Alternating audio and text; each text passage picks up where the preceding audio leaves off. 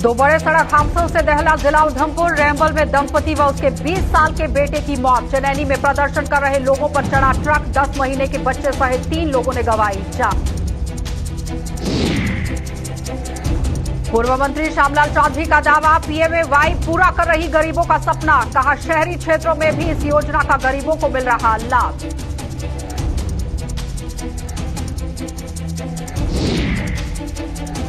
और जम्मू कश्मीर के लोगों को जल्द मिल सकती है गर्मी से राहत। मौसम विभाग ने 11 मार्च की रात को कुछ जगहों पर हल्की बारिश की जताई संभावना।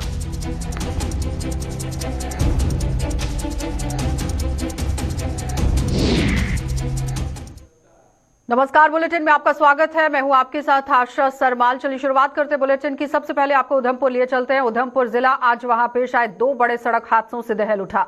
इन दोनों ही हादसों में एक 10 महीने के बच्चे के साथ 6 लोगों की मौत होने पर हर कोई सकते में आ गया। और पहला हादसा आज सुबह उधमपुर के रैम्बल इलाके में पेश आया, जहां पर एक दंपति और उसके 20 साल के बेटे की जान चली गई।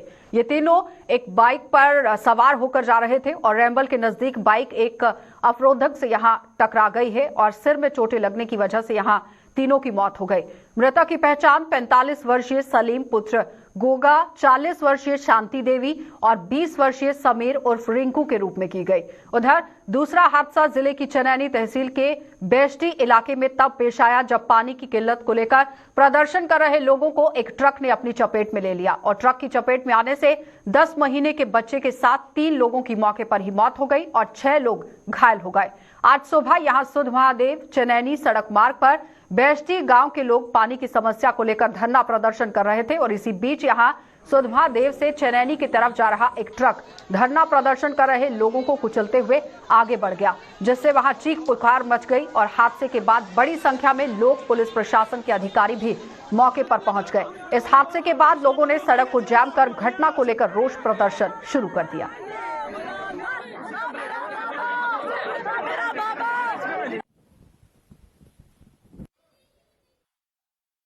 8:30 बजे हमारे पास यहाँ 3 डेड बॉडीज आई हैं, ब्रॉड डेड आए हैं हमारे पास, जो कि रैम्बल के पास मोटरसाइकिल सवार थे तीनों।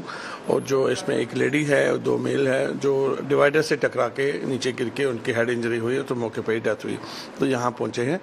तो मैं आपके माध्यम से कहना चाहूँगा, सबको अपील करना चाहता हूँ कि हमें ट्रैफिक नॉर्म्स फॉलो करना चाहिए, हेलमेट लगाना चाहिए। एक मोटरसाइकिल या स्कूटर पर 2 से ज़्यादा बंदे न बैठे, उस स्पीड का ध्यान रखिए और साइड में चलाए। जिस हिसाब से गाड़ी, अगर आपका छोटी गाड़ी है, छोटी गाड़ी उसी जगह चलाए जहाँ बड़ी गाड़ी का आवारा ना हो। तो अगर हम लोग ये ना करेंगे तो आने वाले टाइम में बहुत सारे एक्सीडेंट्स होने वाले चांस होते हैं। तो मैं चाहूँगा कि हम इन चीज़ों से बचें, हमारी फैमिली को बचाएं, अपने सिस्टम को बचाएं। यहाँ जो आज हमारे पास अभी 5 केसेस पहुंचे हैं, जो चनैनी में रोड ट्रैफिक एक्सीडेंट से के बाद आए हैं। पहले हमारे पास 3 आए थे, जिसमें एक बच्चा भी है और 10 महीने का और एक लेडी भी है, और जिनकी हालात बिल्कुल ठीक नहीं है, जिनको मल्टीपल फ्रैक्चर्स आए हैं, जो छाती में भी उनका खून जमा हो रहा है। बट हमारे सर्जन्स और डॉक्टर्स उनको देख रहे हैं, जो पॉसिबल ट्रीटमेंट है वो हम करके और उनको देख रहे हैं। अभी हमारे पास 2 और पेशेंट आए, तो टोटल 5 पेशेंट आए और हमने सुना है 3 लोगों की वहाँ ऑन स्पॉट डेथ हुई है, ये हमने सुना है, तो आई एम नॉट कंफर्म। तो अभी हमें ये मतलब है, बट हमारे पेशेंट जो है अभी इतने ज़्यादा ठीक नहीं है। उधर जिला किश्तवाड़ के मुगल मैदान में भी स्थित यहां धार ब्रिज के करीब एक कार चालक से नियंत्रण से बाहर हो गई है और नाले में गिर गई, जिसमें बाप और बेटी घायल हो गए हैं। पुलिस ने स्थानीय लोगों की मदद से दोनों को नाले से बाहर निकाला और इलाज के लिए छात्रों की पीएचसी में भर्ती कराया। और आपको ये भी बताते चले कि बाप बेटी यहां गुरी नाला रहने वाले हैं।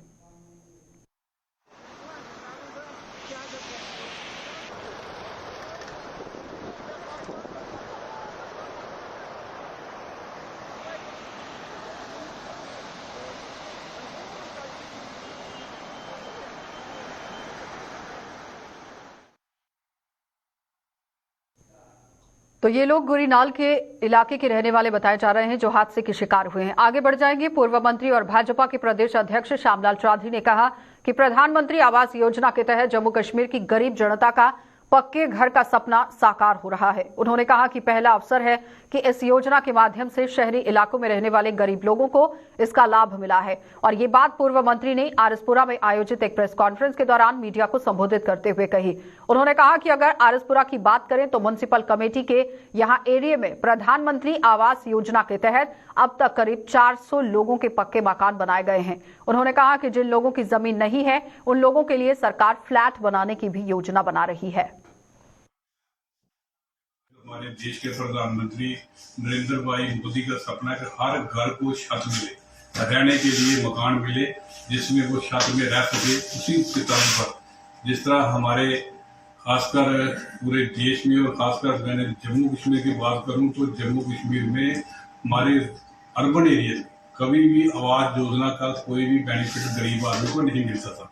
और आने वाले जो पिछले 1 या 2 साल गए हैं उसमें अर्बन एरिया में खासकर कोई भी ऐसा घर नहीं रहा जिसके रहने के लिए छत नहीं है। आरएसपुरा म्यूनिसिपलिटी में देखा जाए तकरीबन 400 प्राइम मिनिस्टर आवास योजना बन चुके हैं और जिसके पास जगह नहीं है उनको फ्लैट बनाने के देने के लिए भी नाम भेजे गए। इसी तरह बाकी भी जितनी भी म्यूनिसिपलिटी है अर्बन एरिया में हर आदमी को, जो भी आदमी गरीब आदमी जो अपना मकान नहीं बना सकता था उसको 1,66,000 उसके खाते में आया और उसके बाद कम रेट पर बैंक पे लोन भी दिया गया ताकि वो अपना मकान अच्छे तरीके से बनाकर इसमें रह सके। और उसके साथ साथ रूरल एरिया में आज से पहले जितने भी बीपीएल सर्वे में लिस्ट में नाम थे वो सब बन चुके थे।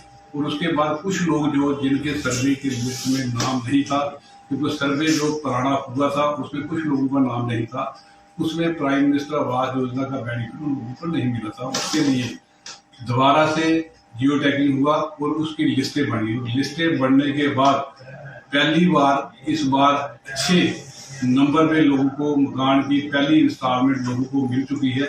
और जिसके लिए गांव में रूरल में 1,30,000 मिलेगा, जिसमें 3 इंस्टॉलमेंट मिलेगा। पहली 50,000, दूसरी 50,000 और तीसरी 30,000 और 12,000 जिसके टाइलर का उनको मिल दिया जाएगा और 18,000 नरेगा में उनको दिया जाएगा, जिसमें उनको 1.5 लाख प्राइम मिनिस्टर आवास योजना के तहत उनको मकान मिलेगा।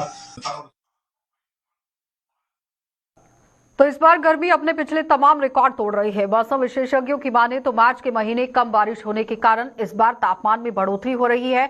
और मौसम विभाग के निर्देशक सोनम लोटस ने बताया कि पिछले 40 वर्षों में ऐसा 3 बार हुआ है कि मार्च महीने में कम बारिश होने के कारण तापमान में बढ़ोतरी हुई।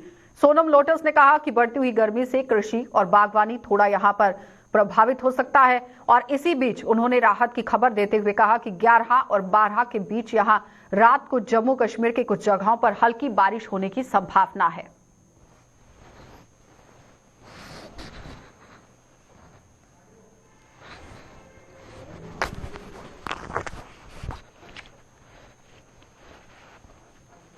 बिल्कुल आपकी बात सही है। इस बार मौसम अमूमन जो है खुशक ही रहा है। मार्च के महीने में वैसे तो श्रीनगर में मार्च का नॉर्मल बारिश होना चाहिए 118 मिलीमीटर, लेकिन इस बार हुआ है 21.3 मिलीमीटर ही हुआ है, जो कि आप इस चार्ट पे भी ये देख सकते हैं। तो इसके जो बारिश कम होने की वजह से बिल्कुल अभी वेदर ठीक रहा है, मतलब स्टेबल वेदर रहा है। WD कोई तगड़ा वेस्टर्न डिस्टर्बेंस आया नहीं, जिसकी वजह से एटमॉस्फेयर स्टेबल रहा है और आसमान खुले आसमान और साफ आसमान देखने को मिला है मार्च के महीने में। अदर नहीं तो मार्च के महीने में काफी हर 2-3 दिन के बाद अच्छी बारिश देखते हैं, लेकिन इस बार ऐसा नहीं हुआ। और ये भी कहना चाहूंगा कि it is not the first time, ये पहली बार नहीं है कि मार्च के महीना में इतना बारिश कम हुआ है। अब हमारे जो है पिछले अगर 40-50 साल के अगर आप डाटा देखें तो आप खुद यहाँ पे फोकस कर सकते हैं। देखिए इस बार मार्च के महीने में बारिश मार्च के महीने में 21.3 मिलीमीटर हुआ। इससे पहले ऐसा 2-3 बार हुआ, जैसे 2009 में 9.4 मिलीमीटर हुआ था। इसी तरह 2005 में 9.6 मिलीमीटर हुआ था। जब भी ये बारिश कम हुआ तब टेम्परेचर हमेशा ज्यादा रहा है। देखो 2004-5 में बहुत कम हुआ था। इधर देखो 2004 में बारिश बहुत ही कम हुआ है, देखो 9.6।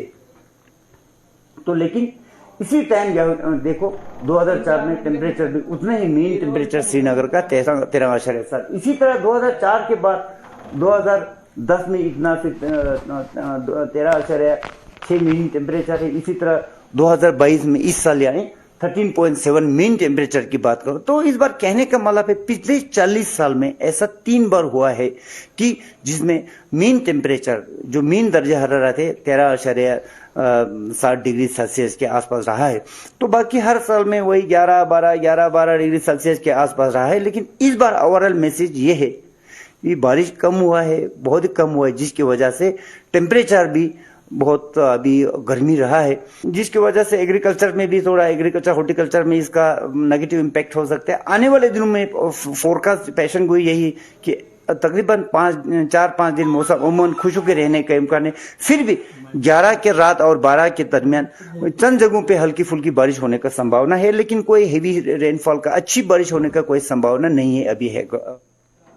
चलिए अब आपको एक बड़ी खबर से रूबरू करवा लेते हैं। सीधा लिए चलते हैं आपको प्रेस क्लब जम्मू, जहां पर आप देखिए इस वक्त काउंटिंग शुरू कर दी गई है, क्योंकि सुबह से ही वोटिंग की प्रक्रिया वहां पर जारी कर दी गई थी और हर कोई अपना भविष्य वहां पर आजमाता हुआ नजर आया। यानी आपको बताते चले कि जम्मू प्रेस क्लब के चुनावों की प्रक्रिया आज शुरू कर दी गई थी। करीब 7 साल के बाद आज कड़ी सुरक्षा के बीच चुनावों की प्रक्रिया सुबह 10 बजे से जारी और साथ ही साथ शाम 5 बजे तक इसे संपन्न किया गया और चुनावों के नतीजे भी आज आने की घोषणा जो है वो की गई थी, जिसमें आप देखिए अब वोटिंग की प्रक्रिया यहां पर शुरू होते ही खत्म कर दी गई और अब काउंटिंग को यहां पर शुरू कर दिया गया है, जिसमें प्रधान पद के लिए 3 उम्मीदवार चुनावी मैदान में हैं और इसके अलावा उप प्रधान, महासचिव, कोषाध्यक्ष, कार्यकारी सदस्यों के लिए कई उम्मीदवार अपना भाग्य आजमा रहे हैं। और आपको यह भी बताते चले कि कोरोना महामारी के प्रकोप के कारण चुनावी प्रक्रिया स्थगित कर देनी पड़ी थी और अब हालात में काफी हद तक सुधार हुआ है और जिसकी वजह से आज इस लोकतांत्रिक प्रक्रिया को अंजाम दिया गया। सीधा रुख करेंगे इस वक्त हमारे संवाददाता जम्मू प्रेस क्लब से ही अनिल हमारे साथ जुड़ चुके हैं।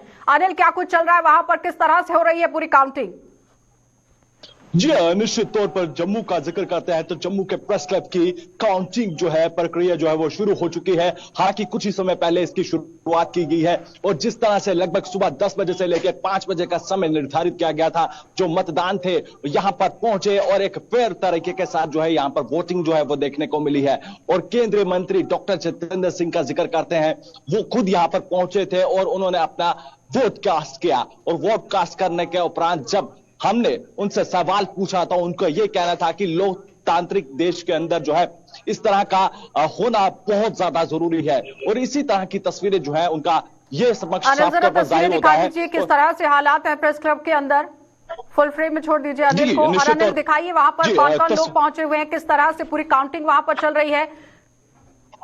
जी निश्चित तौर पर इस वक्त तस्वीरें आप देख सकते हैं कि प्रेस क्लब की तस्वीरें जो है चारों तरफ इस समय माहौल ये बना हुआ है कि हर एक की निगाहें जो है वो अब जो काउंटिंग प्रक्रिया पर जो है वो शुरू हो चुकी हैं और ये चारों तरफ अंदर देखिए पुलिस बल को डिप्लॉय किया गया है। पूरी फेयर तरीके के साथ यहाँ पर जो है वो चुनाव करवाए जा रहे हैं और जितने भी कैंडिडेट्स हैं चाहे उनके साथी हैं सहयोगी हैं वो इंतजार कर रहे हैं बाहर चेयर लगाकर और ये 2 बूथ आप देख सकते हैं कि किस तरह से बनाए गए हैं। एक तरफ दूसरी पार्टी जो है नई जो टीम है उनके जो कैंडिडेट है और एक तरफ जो पुरानी टीम रही है उसके। अनिल, क्या लगता है कि किस टीम का पलड़ा भारी लग रहा है? जी अभी तक कुछ भी कहना लाजमी नहीं है। अब सवाल यह है कि कुछ चुनिंदा लोग ये चाहते हैं कि नई टीम इलेक्ट हो और उसके साथ साथ जो इस समय जम्मू के प्रेस क्लब के अंदर जो दुविधाएं हैं, आम जो यहाँ पर मीडिया फिटनेस को जो परेशानियां आती हैं उससे उबर कर जो है नई एक इलेक्टेड बॉडी तैयार हो। अनिल, के अंदर से कोई बाहर जानकारी आ पाई है कि अभी तक कितने प्रतिशत वोटों की गिनती हो चुकी है? जी मैं आपको बताना चाहूंगा कि हालांकि अभी सिर्फ 5 से 10 मिनट जो है वो शुरू हुए हैं काउंटिंग के और अभी नामों की प्रक्रिया जो है वो की जा रही है और इसी के उपरांत जो है वोटिंग की तैयारी जो है वो की जाएगी। और अभी जो आप देख सकते हैं कि तस्वीरें मैं जरूर दिखाना चाहूंगा कि उम्मीदवार जितने भी हैं वो सारे अंदर मौजूद हैं और उनके जो सहयोगी उनके साथी हैं वो यहाँ पर जो है उनको सपोर्ट करने के लिए चेयर करने के लिए यहाँ पर बाहर बैठे हुए हैं। और इस समय से भी को जो है अंदर जाने की अनुमति जो है वो नहीं दी जा रही है। और उसी के बाद ये दृश्य जो है जम्मू के प्रेस क्लब के जो है वो बने हुए हैं। और आपको जरूर बताना चाहूंगा कि 7 साल के बाद जम्मू प्रेस क्लब के चुनाव करवाए जा रहे हैं, और जिसमें कोरोना काल के चलते इन चुनावों को नहीं करवाया गया, क्योंकि काफी ज्यादा मुश्किलों का सामना करना पड़ता है। आप देख सकते हैं कि दूर के भी जो हमारे साथी लोग हैं, सहयोगी लोग हैं, उनको भी यहाँ पर अपना वोट कास्ट करना था। तो उसके बाद ही जिस तरह से अब धीरे धीरे हालात सुधरते गए, अब चुनावों की प्रक्रिया यहाँ पर शुरू की गई और 8 तारीख को जो है कब तक यहाँ पर रिजल्ट घोषित किया जाएगा अनिल? जी, आपको बताना चाहूंगा कि जो समय अब काफी ज्यादा भी लग सकता है। जो अभी यह हमारे तक जानकारी पहुंची है कि 10 से 10:30 भी बच सकते हैं, और हर एक की निगाहें, हर एक के धड़कनें जो है वो अब धीरे धीरे जो है वो तेज होती हुई नजर आ रही है। अब ये देखना होगा कि पलड़ा किसकी तरफ भारी होता है, उसका वो समय का इंतजार रहेगा, और कौन जीत का सहरा पहनता है उस पर नजर रहेगी। बहुत बहुत धन्यवाद जुड़ने के लिए। तो फिलहाल आपने देखा कि अनिल हमारे साथ जुड़े हुए थे सीधा जम्मू प्रेस क्लब से। वो बता रहे हैं कि किस तरह से काउंटिंग की प्रक्रिया वहां पर शुरू कर दी गई है। लेकिन आप देखिए कि रात 10 साढ़े 10 बजे तक ये रिजल्ट सामने आ जाएगा, और जो भी नुमाइंदा जीतकर सामने आता है वो प्रेस क्लब के लिए जो बड़े दावे रखे गए हैं उस पर किस तरह से काम करेगा, ये बड़ा सवाल रहेगा। फिलहाल बुलेटिन में इतना ही। देश और दुनिया की खबरों के लिए आप बने रहिए हमारे साथ।